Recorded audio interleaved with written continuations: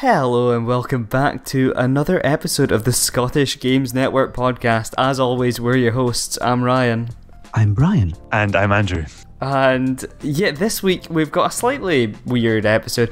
I haven't said that in ages. Every week for like 3 weeks I was like, oh, we've got a slightly different episode for you this week, and it almost became a catchphrase. And we've got a format down, but we're messing with it. It ain't broke, but we're fixing it. This week, because it's been such a massive week in news, we're just covering everything we've spoken about on the website. And there's a reason for that. It's because, you know, whether it's the 1 year anniversary of lockdown, or whether it's because every single games related business in Scotland shames the same PR person, or maybe it's just because they're so massively uncoordinated.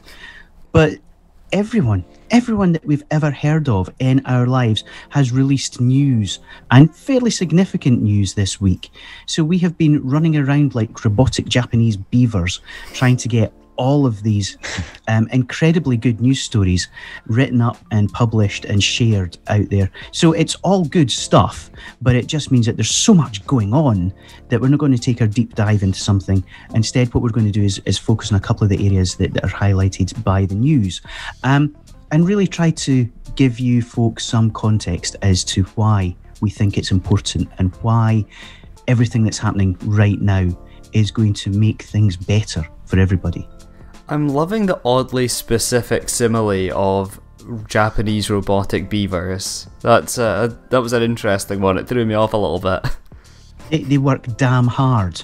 Ba-dum. Hey, I must have just been being slow there. Oh well.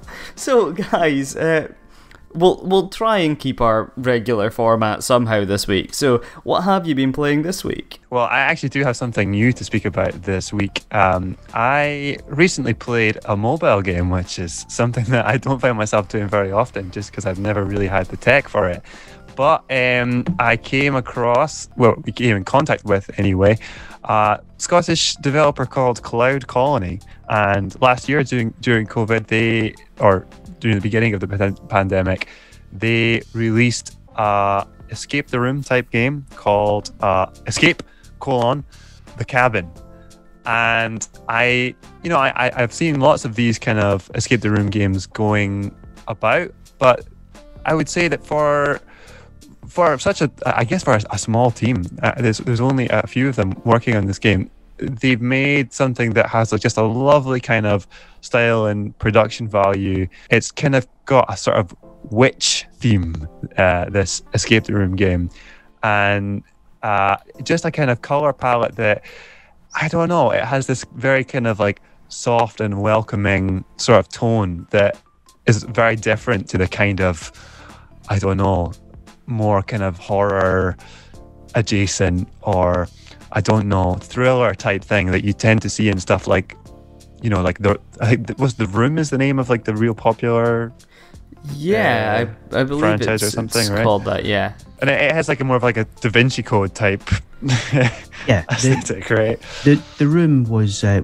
breakout hit for Fireproof Games, and it was one of those, you know, a virtual puzzle box type thing. You know, you started off with a box, and it was on top of a chest, and the chest was a cabinet, and there were lots of hidden things, lots of puzzles, beautifully realised. So, but I'm really excited to hear that that's something that's coming out of Cloud Colony, because they've kind of been on our radar for a little while, but we've never actually spoken to them. So is the game out now? Are we going to be able to sort of talk about it, write about it, play it at some point? Oh, absolutely. It's free, and it's been out since last summer, and I get the impression that it is kind of the first of a series, or kind of a prototype for bigger things to come, because it's just a very, you know, polished, really well realized short escape game. You know, like at the very end, it tells you your time, and it gives you the option to tweet it at the devs to show them how long it took. And, you know, my time was like just under 20 minutes, and that seemed to be kind of about the average. There's some people doing it in 2 minutes, but who knows who they are. But yeah, so I mean, by all means, like there's you can play it in, you know, in a lunch break or something, and definitely recommend it. Escape: The Cabin.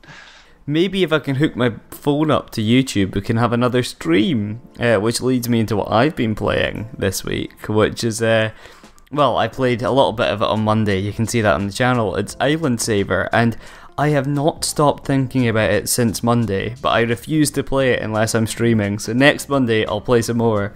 And it caught me incredibly off guard. I was like, okay, it's a children's game, sure.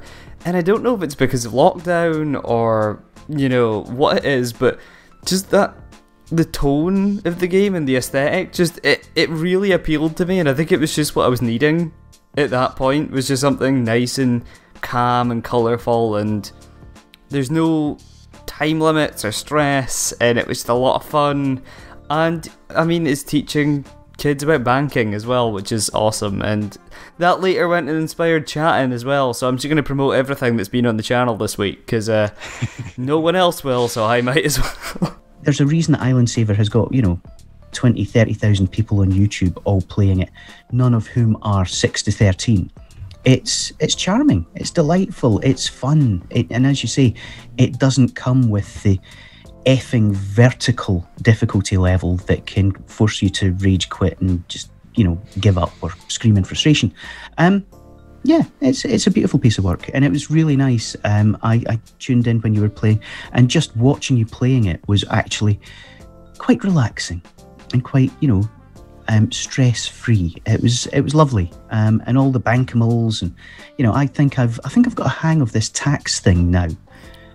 So the government is an evil robot that takes 10% of everything that you earn, but in return you get a tax token, so you can then go and invest in infrastructure projects. Yeah, essentially. Yeah, that's kind of you can use tax tokens to empty the bins. That's kind of the idea. Yeah, no, it was a lot of fun, and anyone who did turn up to the live stream got to meet everyone's new best friend, Daryl the Loon, who is a rhinoceros bankimal, and what a lad he is, or what a loon he is even. So yeah, I think if you're lost as to what we're talking about, the stream is up on YouTube to watch. So do that before Monday, so then you can come and join us on our next installment. It'll be a lot of fun. I'll be there. I'll definitely be there. I've not met the Rhino yet, so that's something to look forward to. Well, as a resident mobile gaming fan, I've been playing a couple of games. Very specifically, I've been looking at choose your own adventure, branching narrative games, and there's two in particular that have kind of really caught me at the moment. There's one called Unread, but without the vowels, so UNRD, because it's a bit West Coast and hip, man. And the other one is called Erica. And they're both beautiful, and completely different takes on branching narrative. You know, essentially it's choose your own adventure. You know, you could do it with text if you went all the way back to the days of Infocom and interactive fiction. But it's using the capabilities of the iPhone. It's using the touch screens really well. It's using the microphone and so on. But it's storytelling, but it's interactive storytelling, and it's beautifully done.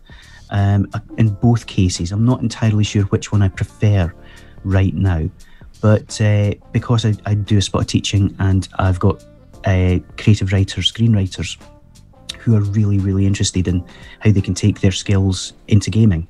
So I've been recommending these games, and then I thought, oh, maybe I should play them, and I'm glad I did, because yeah, it's been a whole lot of fun. Was Erica FMV? Or am I thinking of Her Story? I think I'm thinking of Her Story. They're all along the same lines. You know, Her Story was kind of one of the pioneers, the forerunners, but they're all doing vaguely similar things. You know, at one point, if we're serious about doing a Let's Play or a stream that's not a Scottish game, I would heartily recommend the Ripper, which was one of the very early interactive movies that starred Christopher Walken at a particular low point in his career. And this was way before green screen became a thing. And his own particular delivery, which is unique at the best of times, because it was non-linear and they had nothing to sort of, no context for it. It's bizarre. It's like a rap video by Christopher Walken that's extended over hours. And it has to be said that the plot and the performances and everything are utterly fucking awful. But that's that's a different podcast and a stream for another time. I mean, if we're going to speak about terrible performances in FMV games, then we have to mention Tim Curry in Command & Conquer Red Alert 3, right? Don't you dare. Don't you dare go for the Curry. The man is a legend, and rightly so. Why don't we go for Josh Holloway, Sawyer out of Lost in Command & Conquer? I think I'm going to go and throw in the space line in this episode right now. I'm escaping to the one place that hasn't been corrupted by capitalism. Space!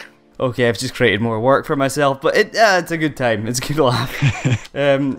Honestly, like, I have never heard a line delivered with so much enthusiasm in my life as Tim Curry's "the one place uncorrupted by capitalism" line. It is incredible, and yeah, you're welcome, listener, because you've just heard it.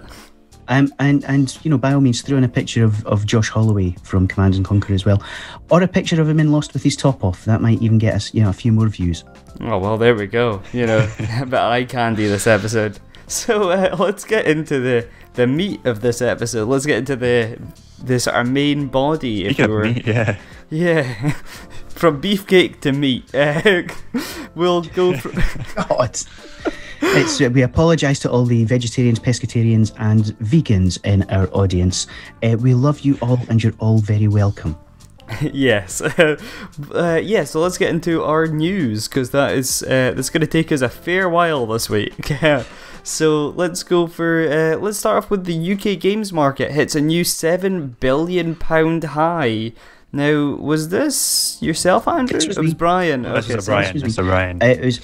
This is great news. So this was a report that came out from the folks at UK. Big up to our friends at UK. They do some absolutely incredible work. And they have broken down the value of the UK games market in terms of retail, in terms of online sales, in terms of physical products, in terms of streaming, mobile, console, PC. They've given you absolutely everything. And the bottom line, the takeaway, is that the UK games market is bigger than it has ever been. £7 billion it was worth in 2020. And that's incredible. While we've got people out there arguing over fishing and coal mining and various manufacturing industries and everything, the games sector continues to show that it is quite simply one of the most valuable industries that we have, and that the UK as a whole has an incredible amount of talent and a huge audience for that talent. So I thought it was really, really interesting, really gratifying. And Luke Hebblewhite, who's the research manager at UK, has done an absolutely wonderful job breaking all of this down. But I mean, how can you argue with this? It's okay, we've had a pandemic. Okay, we've had a lockdown. It's been a bit of an unusual year. But we all know that this is just going to keep going and keep going because there's such a demand for games. And going back to what we were just saying, they're no longer trapped on console. You don't have to have a high-end PC. The device in your pocket can play pretty much anything. If I'm fundamentally hand on my heart being honest, I think I played more time last week playing Doodle Jump 2 than any of the sort of the more academically rigorous games that I should have been. But it's Doodle Jump 2. It was really good fun. So this has got to be positive. If you're studying video games, if you're teaching, lecturing video games, if you're researching, making, publishing, developing or writing about video games, this is a massive boost. It shows that what you're doing has real value, because it's not going to be very long before we're looking at a $10 billion industry or a £10 billion industry. So this has to be good for all of us, right? Yeah, no, definitely. Like, anytime news like this comes out, it's a massive boost to the industry, and it just shows how impactful we are. And yeah, going back to the whole thing about games not just being a console and PC thing anymore, they are more widely played than ever, as reflected by the £7 billion worth of them. But everyone plays a game. Like, my mum will tell you that she does not touch video games. She doesn't understand them. She doesn't like them, and yet she'll play Candy Crush Saga on her tablet or whatever while the ad breaks are on for Corey or whatever. You know, like there's more people playing video games now than ever, and I think that's just going to keep growing as the industry expands and finds new angles as well. Like, we were speaking on the channel earlier this week about educational games. As educational games get away from just the sort of what we associate with them, you know, sort of being a bit clunky and boring, not as high quality as like AAA titles, like, you know, as we get more into that and they're used in the classroom and stuff, then games they're just going to keep expanding. Yeah, I mean, we've got two fantastic examples in Scotland. We've got Island Saver that you've just, you know, been playing and enjoying, and I would argue that Minecraft is the single largest or most successful educational piece of software ever created. It's got a huge audience with, you know, the under 16s for a reason, and the reason is it's really good fun. I almost added to the episode of chatting this week that Minecraft has an educational mode, educational edition, and the only problem I had with it was because I was writing and recording in the same day, just because the start of the week was a wee bit busy, I didn't have time to find out exactly the full extent of it, and I didn't want to do it a disservice. And if I'm honest, Mojang, you need to get on your, or not Mojang anymore, it's Microsoft, you need to get on your website a wee bit, because there was like 3 bullet points and it didn't describe what it adds to Minecraft, so I was like, I'm gonna have to spend more time researching this. But yeah, like, you know, with Minecraft becoming more educational and, you know, it's being used in the classroom, then that's groundbreaking in and of itself, you know. I mean, there's the extent to, as well, in that conversation we were having earlier on with Elton from Team Junkfish, that you know, games are often educational in ways that they're not necessarily, you know, they're not necessarily designed to be that way, but there's all sorts of skills that people are reapplying elsewhere. So I think that definitely applies to Minecraft as well. There's a whole generation of kids that have this kind of creative and problem-solving mindset that comes from there, for sure. Well, this is it, and you know, if we go back to the previous, you know, the UK games market hitting 7 billion, this is the games market in its commercial sense. You know, this isn't taking into account all the ways in which gaming and interactive media as a technology can transform education. You know, we could still be seeing an even bigger market if we actually get more involved, and we're going to come to this in one of the later stories, in all of the different aspects of society. You know, games have a huge amount to offer in education and healthcare and well-being. You know, we had the whole session at the Playway Festival looking at the value of games for education and mental health and well-being.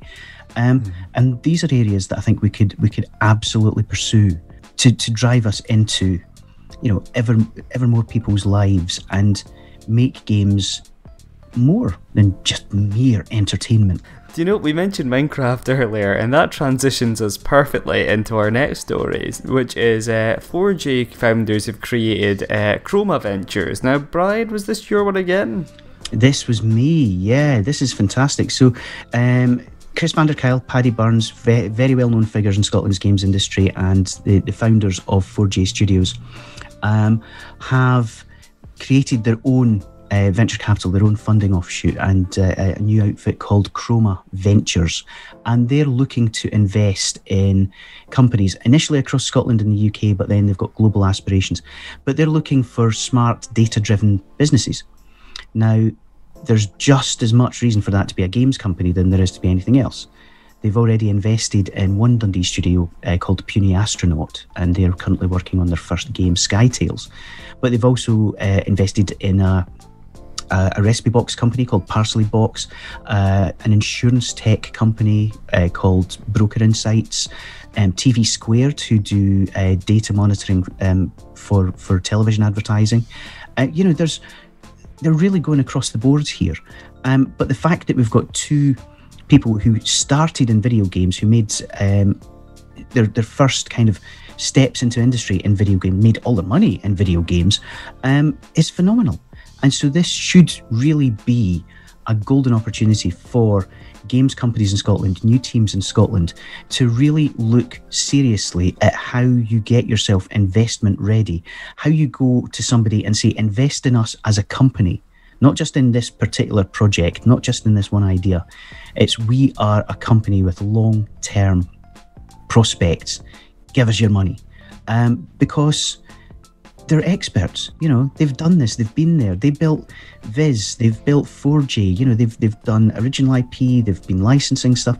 They've been around the block, folks. And I think there's a really strong story here, which is all of a sudden Scotland's games industry has a funding channel that has come from within video games, and that's a really, really powerful thing.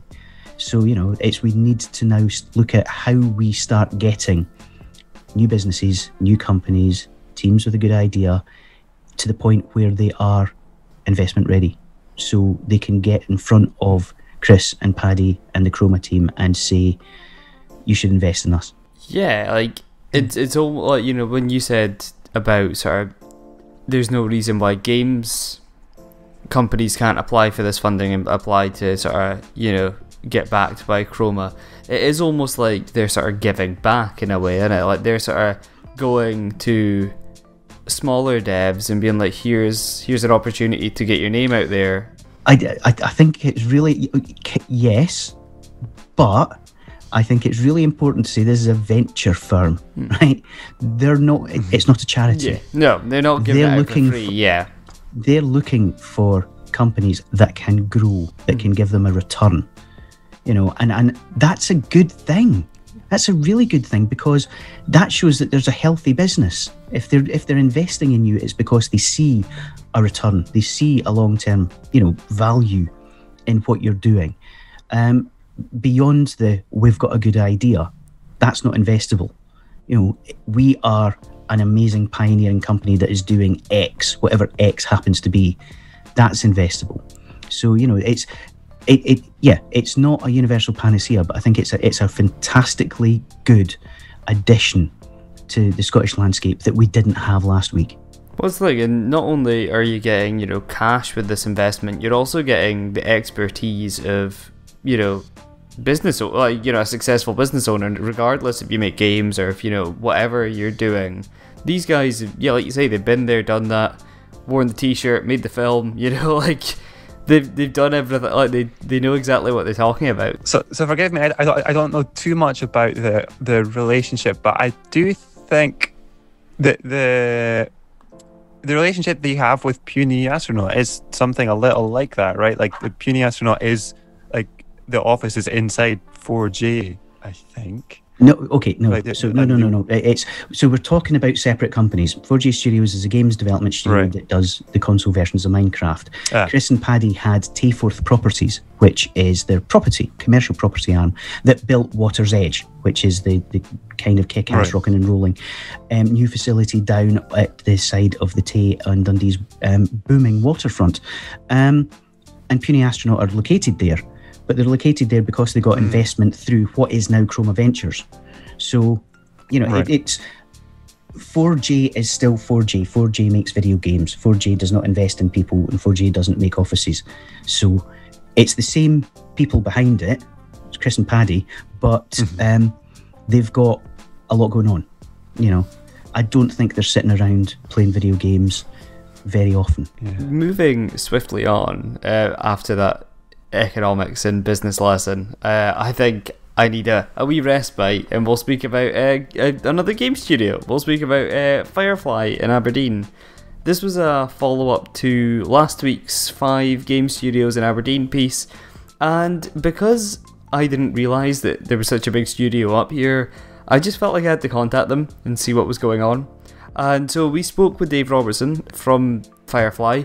He's been up here, he's been working for the company since Stronghold 2, which is about 16 years, I believe. And yeah, it was just a really interesting conversation about what they do up here, and how they interact with the games ecosystem in Aberdeen, and also just further afield. And it was just nice to speak, if I'm honest, just to speak to someone from my hometown about how they're making video games. And yeah, like Dave worked as a producer on the latest their latest title, Stronghold Warlords, which we covered reasonably extensively last week. So yeah, I think the best thing to do is just this is a very sort of standard sit down and chat sort of interview piece. So yeah, link to that in the show notes if you want to find out a wee bit more about the Aberdeen QA branch of Firefly.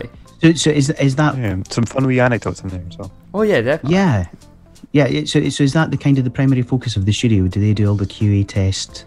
Yeah, so they are primarily a QA branch. They do have sort of people doing other things and stuff as well, which... And they've got quite a lot of community going on, I think. Yeah, as far as I could gather, yeah. We only had a sort of short email exchange with Dave, so I would definitely like a follow-up piece, and potentially, if you'd like, we could maybe do a YouTube video or something where we can sit down and chat with him properly, especially since, you know, lockdown, the end is in sight. We can actually do face-to-face interviews again. We can actually do the proper journalism stuff, which will be good fun. Well, having our Aberdeen correspondent talk to one of our Aberdeen studios just makes sense, Ryan. I mean, without having to pay for translators and, you know... Well, that's it. Yeah, the Doric tongue's quite a difficult one to wrap your head around. So, you know, it's fine. I'll translate for you. I mean, of course, at a higher rate fee than what I normally charge for my services. But that's just consider your normal rate doubled. That's perfect with me. Yeah, I'm fine with it. Yeah, but. It was, yeah, like I said, it was just a lot of fun. It was a nice wee piece because, yeah, I'm from up here. I sort of spoke about, you know, the local sort of games sort of focusing businesses like the two gaming cafes and 40G, which again we spoke about last week, and how they interacted with it. And Dave had a great wee anecdote about how they competed in the Overwatch thing that I mentioned and won. So that was really nice. Cool. So if you listened to last week's episode and you were like, oh, 40G sounds quite cool, then that's another reason to read the article, because... yeah, there's more info there and a more personal touch to it. Okay, idea, guys. We need to start a Scottish Games Networking esports league. All the companies, the developers, it's like every company out there, there's going to be people who are playing against each other because people get into the games industry because they love games. Yeah, we need to hook up with either Esports Scotland or British Esports and let's make this happen, because if the colleges can compete against each other, you know, for a cup, I think having, you know, the industry competing against itself or against the colleges or out into the universities, a Scotland-wide games industry esports smackdown. Cool. Yeah, I mean, I think we'll be playing into Firefly Aberdeen's hands if we start with an Overwatch tournament, so we might want to change that just to show that we're not being biased, but yeah, could you imagine like a Team Junkfish versus 4J Smackdown event? Oh, now that is something I want to see. I can indeed. And I was thinking of starting a little more modestly, maybe chess by email, and we can work up from there. Well, I was thinking like, you know, full blown, you know, take full advantage of the Dundee esports arena that was coming, and you know, have pyro and lighting effects and, you know, entrance music like in WWE. This coming from the only streamers / podcasters / games broadcasters in Scotland who don't have violet backlighting anywhere. We're a disgrace, gentlemen. An absolute disgrace. Yeah. Until we get that sorted out, until we can make it look like we're working from a Jeffrey's tube on the Enterprise D, I don't think we've got any right to go casting any sort of opinions or holding any sort of views about esports. We need to start a Patreon so people can fund us into getting purple backlighting. If you want to see purple backlighting in the chatting videos every Wednesday at 5 PM, then you're gonna have to invest. I think that's entirely fair, and you know, I'm actually writing that down now. I think this is a fabulous new direction, Ryan, and yeah, thank you for coming up with it. Well, I mean, I piggybacked on an idea. I can't take full credit for it. But, okay, well, I mean, I guess I'm not even going to try to segue into this one, because how do we, after speaking about purple backlighting? Does anyone want to give it a go? I can do it. Yeah, you can do it? Okay, Brian. Mm-hmm. Drum roll, please. So, from purple backlighting, because obviously everybody's now trying to get into video games, whether it's as a developer, whether it's as an esports player or broadcaster. But if you're interested in development, one of Scotland's leading games platforms, which is aimed specifically at helping people get into game development, Game Maker Studio from Yo-Yo Games was in the news again this week. How was that? I mean, that was as good as anyone else. It was around the houses. Yeah, it was around the houses. I mean, I don't think there's a more direct comparison unless you're like, oh, well, I mean, you could make purple backlighting in Game Maker Studios. You know, so that's through the houses with a bulldozer. Yeah, that's the most maybe a little on the nose, as they say in broadcasting. Anyway, so we've been running a series of case studies that we created towards the end of last year with the team at InGame, the innovation centre in Dundee, focused on the Dundee gaming cluster. And this week we got to Yo-Yo Games, the company who are the creators of Game Maker Studio.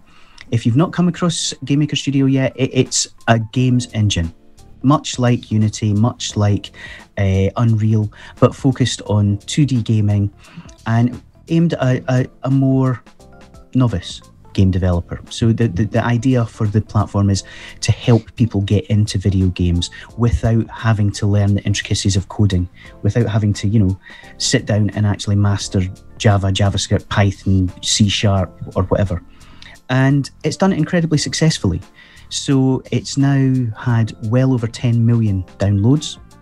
It's got a hugely active community all over the world across pretty much every channel. You'll find them on Reddit, you'll find them on Facebook, you'll find them on YouTube, pretty much everywhere. It's used in thousands of schools around the world, and it's a fantastic tool for engaging with young people in STEM, or STEAM subjects: science, technology, engineering, arts and maths. And it lets you make cool video games. And it's not just an educational tool. There are a growing number of games out there across all of the consoles, out onto Steam and everything. There are games that you may well have played, that you'll certainly have heard of, that were created using Game Maker, because it's a fantastically fast tool. It's great for prototyping. A lot of professional game developers use it to build prototypes or to enter game jams. And there are some really fascinating statistics when I was talking to the team. It's when you look at the teams entering game jams who come from a professional software development background, the more advanced the game, the more likely it is that they were using Game Maker at some point, because it's optimized for speed and simplicity. So it's a wonderful company, it's a wonderful product, and it was a great case study to be able to carry, because again, it just highlights the real diversity of the sector in and around Dundee, and really shows that when it comes to not just games but games technology, Scotland has a huge amount to offer. Yeah, no, while you were speaking about that, I just went on Yo-Yo Games website, because they've got a games showcase of games made with Game Maker Studio, and there's some quite big titles here. Hyper Light Drifter is probably the biggest name that I'm seeing. Hotline Miami, another one. Is Hotline Miami? They don't have it here unless. Well, View More. There is a View More section. You were playing Gunpoint recently, right? I was speaking about Gunpoint recently, and yes, game that I absolutely adore. Made in Game Maker. There's definitely more to it than just it's a wee game you can make, a wee game making tool that you can sort of make a wee title, and it's not going to go anywhere. It's just like a wee practice thing. It's definitely so much more than that, and you can do. I mean, it's a full development tool essentially. Yeah. It exists for a reason, and it exists for a reason in that lots and lots of people want to make video games. Not everybody has the coding skills, and that shouldn't necessarily be a barrier. Just like in the bad old days before YouTube, if you wanted to get out there in front of people, if you were lucky enough to live in the US, you had public access, but if you lived anywhere else, then you were stuffed. And then YouTube, and we all became citizen journalists, and now here we are in the age of influencers. I don't know what the lesson is there, but I think it's fear the future. Yes. Yeah. Don't embrace change. Everything's killing whatever industry that you're talking about. Streaming's killing gaming. We've spoken about this before, but yeah, essentially that's what that's the main takeaway. Yeah, the one constant in the video game sector is change. It's like, embrace it, guys. Run with it. It's like it's not going to slow down. If anything, it's just going to get quicker and quicker. If you look at the start and end of console generations throughout the years, there's bigger technology jumps each time you move up a generation. So it's definitely not slowing down anytime soon. We should probably move on to another news story. Now, again, I believe, Brian, this is yours. This is the Mark Logan to lead Scotland's £7 million tech-focused recovery.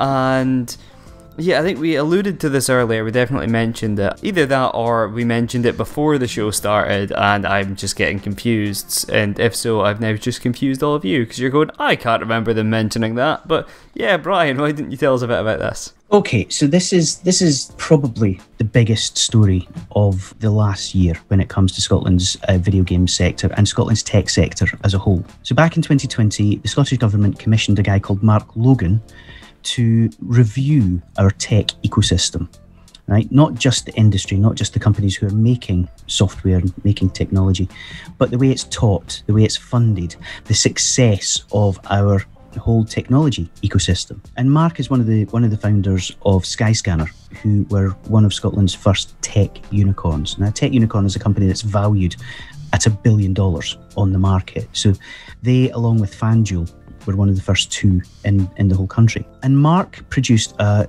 98-page report looking at everything across three broad sectors: education, infrastructure, and funding.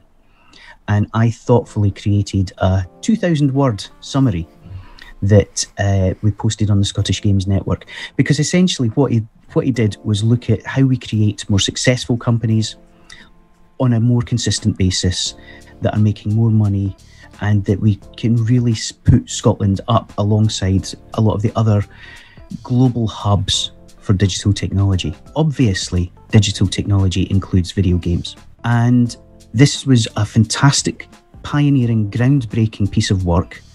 And the Scottish Government accepted it in full for this year's programme for government. Obviously, things are going to start pausing fairly soon because we've got an election coming up. But what they've done is they've just announced that Mr. Logan will be leading the implementation of his review, and they have given him £7 million worth of funding in order to go and address this. And that's phenomenal. You know, I know some people will say, well, it's not enough money, or it's not, a significant chunk of money.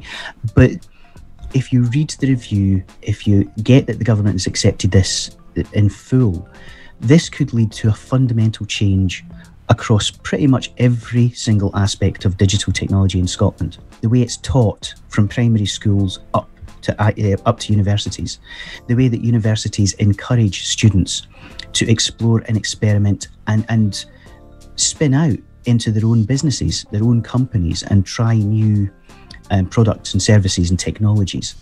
And the way that startups and studios are supported, the facilities that they've got, there's a whole network of tech incubators, tech accelerators planned with 5 across the whole of the country, trying to replicate things that are already happening at Codebase in Edinburgh and Aberdeen and Stirling and so on and so forth. So this could have a really, really fundamental impact on everything to do with Scotland's tech industry. We should have more talented people coming through. We should have more people entering college and university. We should have more entrepreneurial people coming out the other end. We should have more businesses that have more business skills. And in the podcast in the past, we've mentioned several times, we don't lack technical or creative skills, but we sure as hell lack the business skills in order to make successful companies.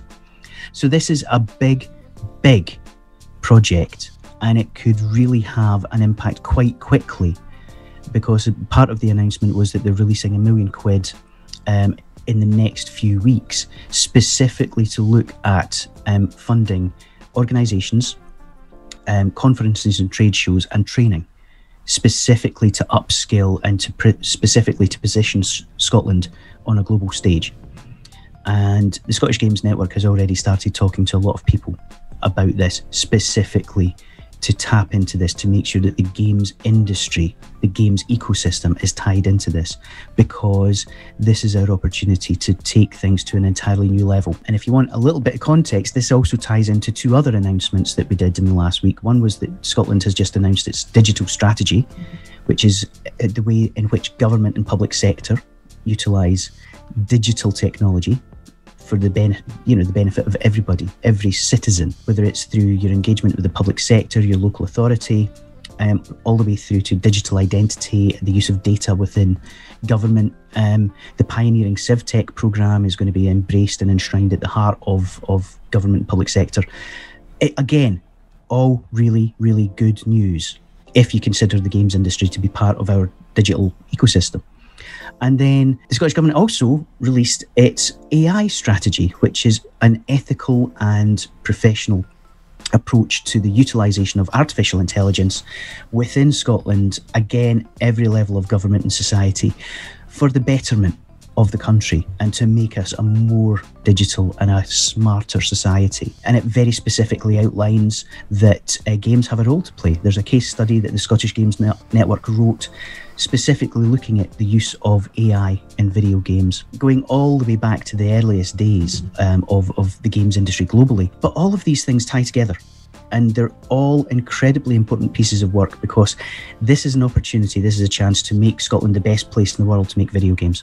And I don't think anybody out there listening to this could argue with that. So, really excited. Forgive me for fanboying, but oh my God! Yeah. So there's a few. I'm going to play the layman's role here. I mean, obviously I'm playing the role, and it's not because I don't know what these things are. But so for those of us who are not so sure, what is CivTech? CivTech was a programme created by the Scottish Government which looked at disrupting the public sector procurement process. Right? Which sounds incredibly dull, but it's actually, it does. It sounds, I'm boring myself.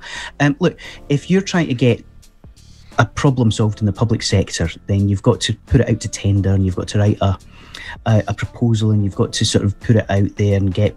It's all a lot of big companies apply for it. You know, you've got your Sodexos and all the big companies that you see in the tabloid press. What CivTech did was basically say, we have got houses in Glasgow, we need to figure out if they're energy efficient or if they're damp or if they're safe. Okay, here is the problem. And they stick it out and they let startups and they let, young, agile, tech-focused businesses go, oh, we've got a solution for this, and it could be Internet of Things.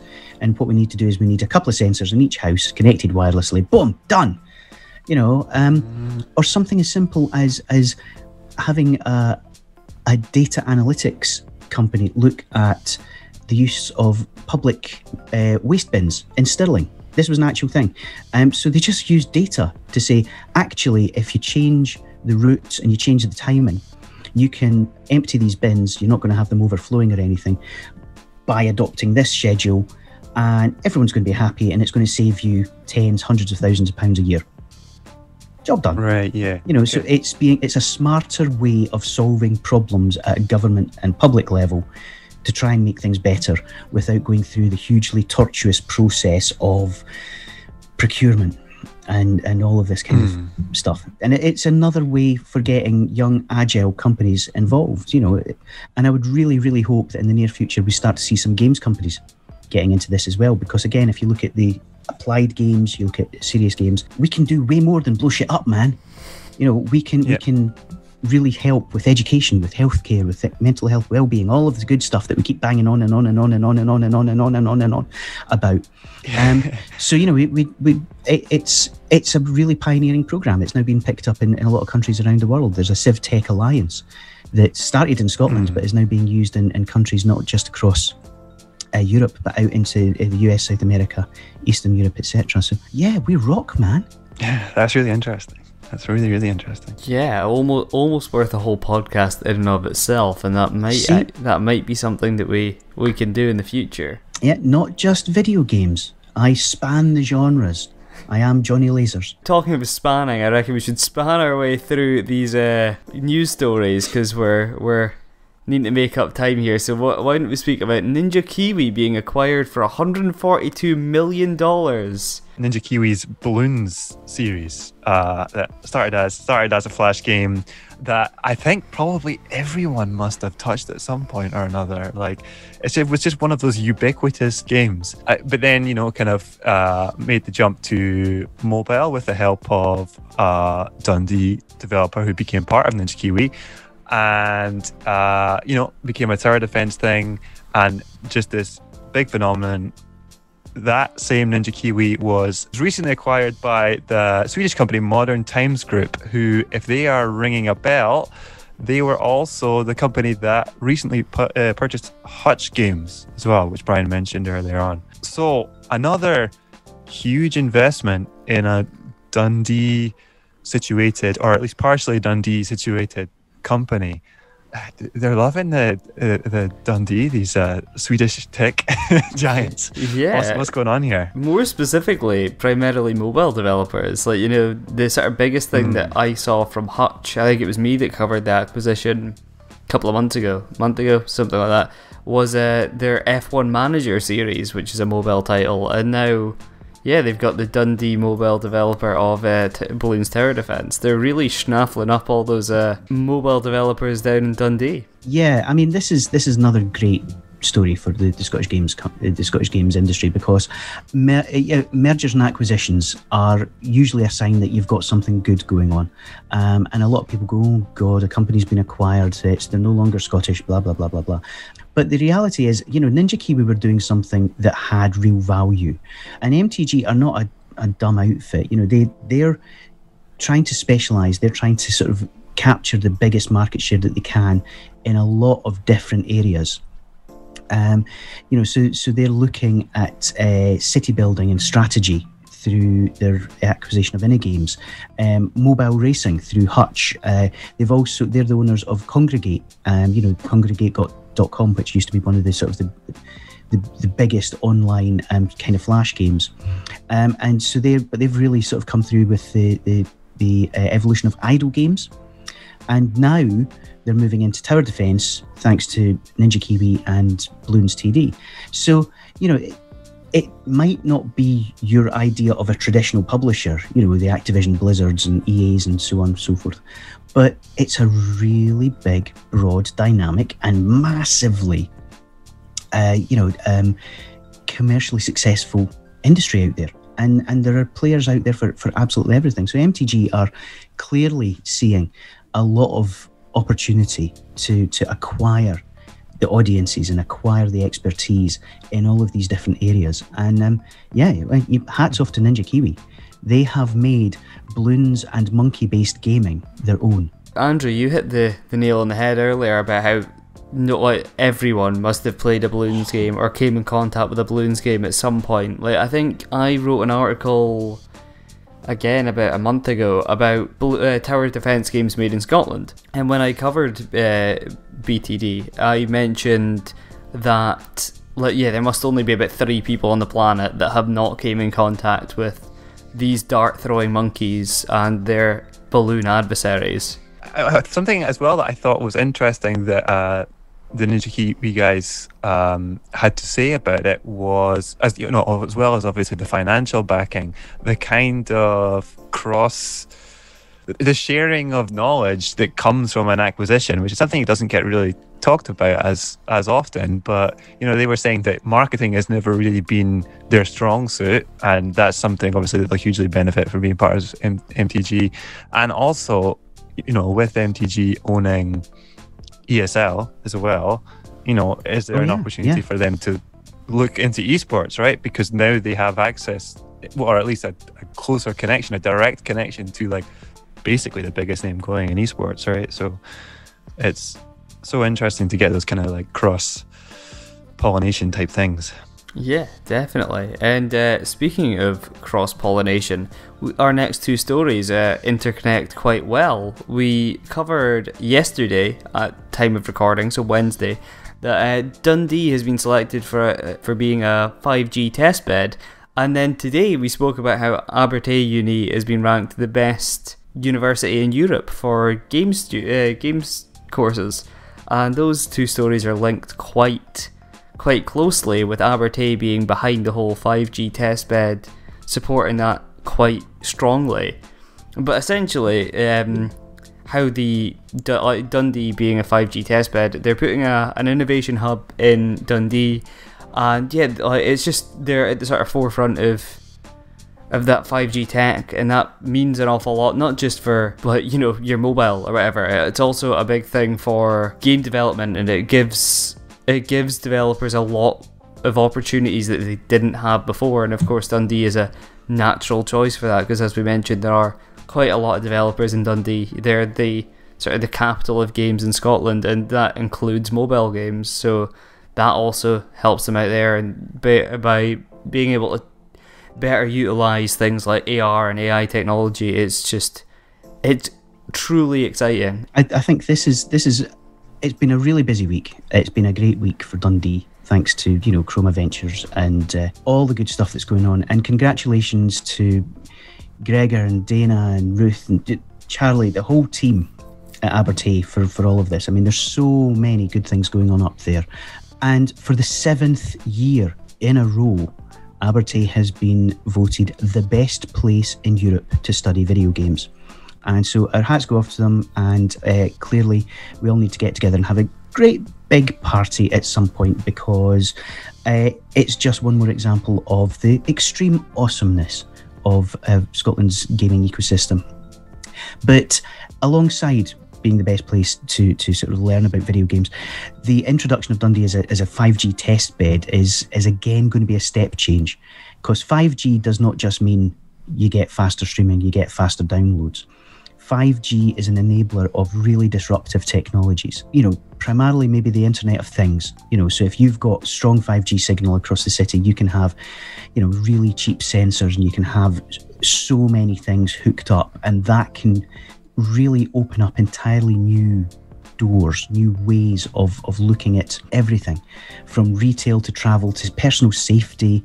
All of these kind of things are really can be explored and can be pioneered by companies in and around Dundee and the university, because they've got this incredible new infrastructure. It really does take some looking into. There's a whole episode looking at 5G, because it's not just you get Netflix but faster. It really does cause a step change in the capabilities for everything. And obviously this will have a knock-on in gaming. It could have a profound impact on the esports arena, because all of a sudden you might not need the wired connections. I think they will still plumb them in, but if you've got completely awesome 5G, you should be able to get broadband quality speeds, fiber quality speeds without fiber. It's a really extraordinary difference. It's a logarithmic difference rather than just a, as I say, hello, it's my emails are working, hooray. And, apart from anything else, this should be one step closer to Frankie Boyle having to shut up and not take the piss out of Dundee every single time he's on the television. Because what's he got left to complain about? Admittedly, the trains, okay, but they're coming back into public ownership as well, so you never know. We might be removing the last jokes that can be made about Dundee in polite company, and I for one welcome the day. But I'm Aberdonian, and I like making fun of the closest city to me. It's just Dundee's an easy target, and then Wolves has become the next target, and I'm not looking forward to that. Yeah, but no, Aberdeen is already a fibre city. Thanks to City Fibre, you guys are getting there. Don't worry about it. It's just it's the accents and the number of deconsecrated churches that have been turned into bars.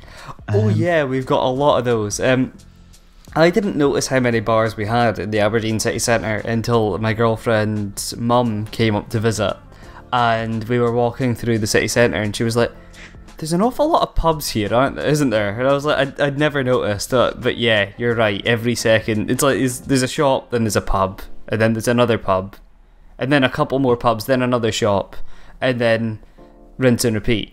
Yeah, so we do tend to like turning churches into pubs and nightclubs and stuff. There's just so many of them, you know. We made a load of granite. Well, we got a lot of granite, and we were like, we'll build some churches. And then when people didn't need those churches anymore, we were like, pubs. We like pubs. And you know, let's be honest, guys. Right? We're not going to run out of places to make fun of anytime soon. As a proud Fifer, I can absolutely hand on heart say that Glenrothes and Kirkcaldy deserve pretty much whatever they get. And as somebody who has once worked in East Kilbride, yeah, it's just ripe for a kicking. Let's be honest. But, you know, they're lovely places full of charm and with lots and lots to offer. But, yeah, one of the benefits of lockdown is not having to go anywhere near them. Anyway, we need to kind of move on because we're at risk of alienating so many of our listening audience. So, not everything happens at Abertay, of course. Scotland has a really rich and varied games studies and academic network of universities producing games graduates, which brings us to our last story of the week. And Mr. Gordon, this was yours. Yes. So the other university we're talking about here is the University of the West of Scotland. So there is also a long-running games design and development course there, and some other associated courses. There's computer animation and just general computer technology courses. Don't forget audio production. Audio guys get really pissed off. I'm sorry, audio guys. I'm one of you, don't hate me. They're holding a kind of showcase event called the Virtual Immersive Showcase. And this is basically, imagine a degree show, but this is very much a work in progress type thing. But it's basically a chance for students to show off all of the hard work and the things that they've been working on in front of each other, in front of people in the industry. It's basically just like a fantastic kind of networking event that could be how they get seen by a potential future employer, or it could be how a potential future employer scouts out, you know, the next big idea, something like that. It's basically where the talent will be. It's all going to be happening online, so obviously you don't have to be in the west of Scotland, you don't have to be in around Glasgow to participate. And we know the team there, we know the teaching team. We've met a lot of the students online at various events and on social channels, so we would highly recommend going and checking it out because they are a good bunch. And yeah, you could be looking at a potential employee or future colleague. So go along, say hello, tell them we sent you. Yeah, overall, a very, very exciting week in the world of both tech and video games in Scotland. It's been a blast covering it, but it's also been a wee bit, you know, hectic. I feel like every 5 minutes we got a new message on our group chat being like, oh, there's a new story, we'll need to cover that. And we're just 3 guys, you know, we don't have a massive newsroom or anything. I mean, not like we could be using a newsroom right now, but you know, we don't have one anyway. So, yeah, it's been a lot of fun, and I think mostly, if not all, positive. You know, I don't think there's a single thing that's happened this week that has been a hindrance to the video game industry in Scotland, you know, at all. No, it's all been good. It's all been really positive, and it's all been progress. You know, this is all progress, and sometimes it can feel like we're just going round and round in the same sort of old groove, maybe a bit stuck in a rut. But then all of a sudden a week like this comes along and it gives you new faith that, you know what, we're actually doing pretty well. Especially, you know, my big takeaway for the week is with all this government stuff going on, there could be major changes underway. I don't know how you guys feel. Oh yeah, no, definitely. I think stay tuned to SGN and just keep an eye on your local games studios in general just because it'll be an exciting time. I think it's going to be, this next 12 months is going to be something to behold. Yeah, I would say it's just probably, I guess some of us who have been close to it, I kind of have this kind of background feeling all the time that there's like so much, you know, potential and talent, and, you know, I guess just having something concrete that would give you the framework to make those kind of things happening is really encouraging. You know, like it's, instead of it being like, oh, this would be really cool if something happened, it looks like probably something really cool is going to happen. Agreed. Okay, well listen, I would like to do the spotlight this week, if that's okay, guys. Of course, take it away. So finally, folks, listeners, everyone out there who's bothered to tune in, we like to take a moment every week to just highlight some of the good work that's going on in and around the Scottish games industry. So this week we would like to spotlight our friend, podcaster and journalist Louise Blaine. Louise is running a an ongoing series on Radio 3 called The Sound of Gaming. If you want to tune in on a Sunday, you'll find it on Radio 3. Obviously, you can find it on BBC iPlayer and the Sounds app. She covers everything from the big blockbusters through to the up-and-coming indies, and really tries to capture an awful lot of the variety, diversity and virtuoso performances that you're starting to hear in game soundtracks. So a big shout out to Louise, and if you enjoy the Odd Gaming soundtrack, then we thoroughly recommend going and checking her out. Yeah, a few weeks ago we spotlighted friend of the show Lucy Holland's radio show, The Console, and if you did go off and listen to that on Scala Radio and you liked it, then this is definitely up your street. With The Sound of Gaming, they take on a new composer every week to do a wee interview bit where they sort of chat back and forth, and that can provide a really interesting insight. So if you're interested in games music, or you want to get into that field yourself, games composing, it's just well worth a listen. And not only that, it's just good music as well. So if you're just interested in hearing something that you might not normally listen to, definitely check out the show. Yeah, that's what wraps us up for this week. Thank you ever so much for watching, dear listener. It's been a blast, and as always, we've been your hosts. I've been Ryan. I've been Brian. And I've been Andrew. And you've been listening to the Scottish Games Network podcast, and we shall see you next time.